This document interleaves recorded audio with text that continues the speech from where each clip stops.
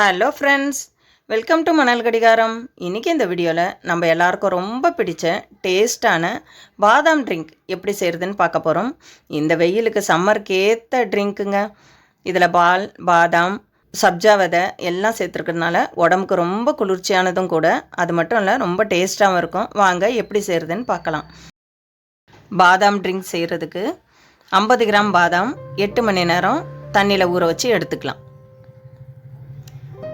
இப்போ இது மேல் தோலெல்லாம் உரித்து எடுத்துட்டு ஒரு மிக்ஸி ஜாருக்கு சேர்த்துக்கலாம். இது கூடவே ஒரு 7 பேரிச்சம்பழம் கொட்டையெல்லாம் எடுத்துட்டு இந்த மாதிரி கட் பண்ணி சேர்த்துக்கலாம். இது கூடவே அரை கப்பு காய்ச்சாத பால் சேர்த்து நல்லா ஃபைன் பேஸ்ட்டாக அரைச்சி எடுத்துக்கலாம்.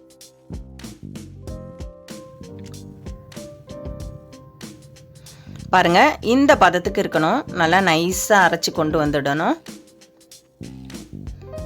இப்போ இது அப்படியே இருக்கட்டும்.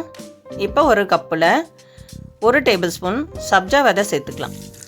அரை கப்பு தண்ணி சேர்த்து ஊற வச்சு எடுத்துக்கலாம். இது ஒரு முறை நல்லா கலந்து விட்டுட்டு அப்படியே வச்சிடலாம். இது ஒரு 10 நிமிஷத்தில் நல்லா ஊறி வந்துடும். இப்போ ஒரு பாத்திரத்தில் 3/4 லிட்டர் பால் சேர்த்துருக்கேன். பால் நல்லா சூடாகட்டும். பால் கொதிக்க வேணாம், பொங்கியும் வர வேணாம். இந்த மாதிரி பொங்கி வர ஸ்டேஜில் அரை கப்பு சர்க்கரை சேர்த்துக்கலாம். நான் 5 டேபிள் ஸ்பூன் சர்க்கரை சேர்த்துருக்கேன். உங்களுக்கு சர்க்கரை தேவையான அளவு கூட்டி குறைச்சி சேர்த்துக்கோங்க. ஏற்கனவே நம்ம பேரிச்சம்பழம் வேறு அரைச்சி வச்சுருக்கோம் பாதாமில் சேர்த்து. அதுலேயும் ஸ்வீட் இருக்கும். அதனால் இனிப்புக்கு ஏற்ற மாதிரி கூட்டி குறைச்சி சேர்த்துக்கோங்க. சர்க்கரை சேர்த்து நல்லா கலந்து விட்டுட்டு நம்ம ஏற்கனவே அரைச்சி எடுத்து வச்சுருக்க பாதாம் விழுதையும் இதில் சேர்த்துக்கலாம். சேர்த்துட்டு கைவிடாமல் நல்லா கலந்து விட்டுக்கலாம். பால் கொஞ்சம் நல்லா சூடாகி சர்க்கரை சேர்க்கும் போது நம்ம ஸ்டவ்வை லோ ஃப்ளேமில் வச்சுக்கணும். இங்கே பாருங்கள், நல்லா கொதித்து வருது பாருங்கள். அப்போ தான் இந்த பாதாம் நல்லா வேகும், அடி பிடிக்காமல் இருக்கும்.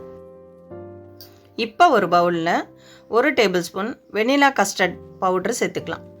இதை சேர்த்துட்டு அரை கப்பு காய்ச்சாத பால் சேர்த்து நல்லா கலந்து விட்டுக்கலாம்.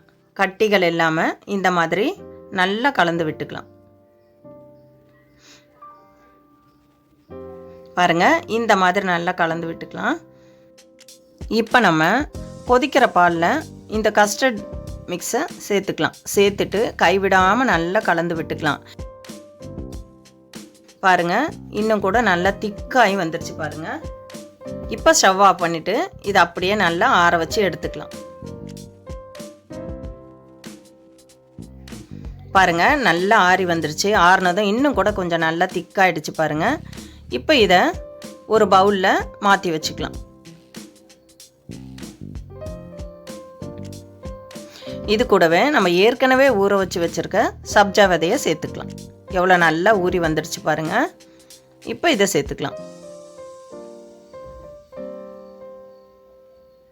சேர்த்துட்டு நல்லா கலந்து விட்டுக்கலாம். அவ்வளோதான், நம்மளோட ட்ரிங்க் ரெடி ஆகிடுச்சு. இப்போ இதை நம்ம ஃப்ரிட்ஜில் வச்சு எடுக்க போகிறோம்.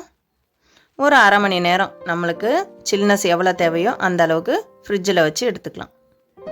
பாருங்கள், நான் ஒரு அரை மணி நேரம் தான் ஃப்ரிட்ஜில் வச்சு எடுத்தேன். நல்ல சில்லுன்னு கூலிங்காக இருக்குது.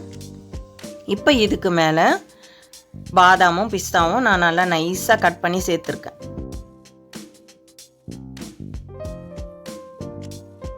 அந்த சப்ஜா விதையோடு சேர்த்து நம்ம சாப்பிடும்போது வாயில் கடிப்படும் போது அவ்வளோ டேஸ்ட்டாக இருக்கும்.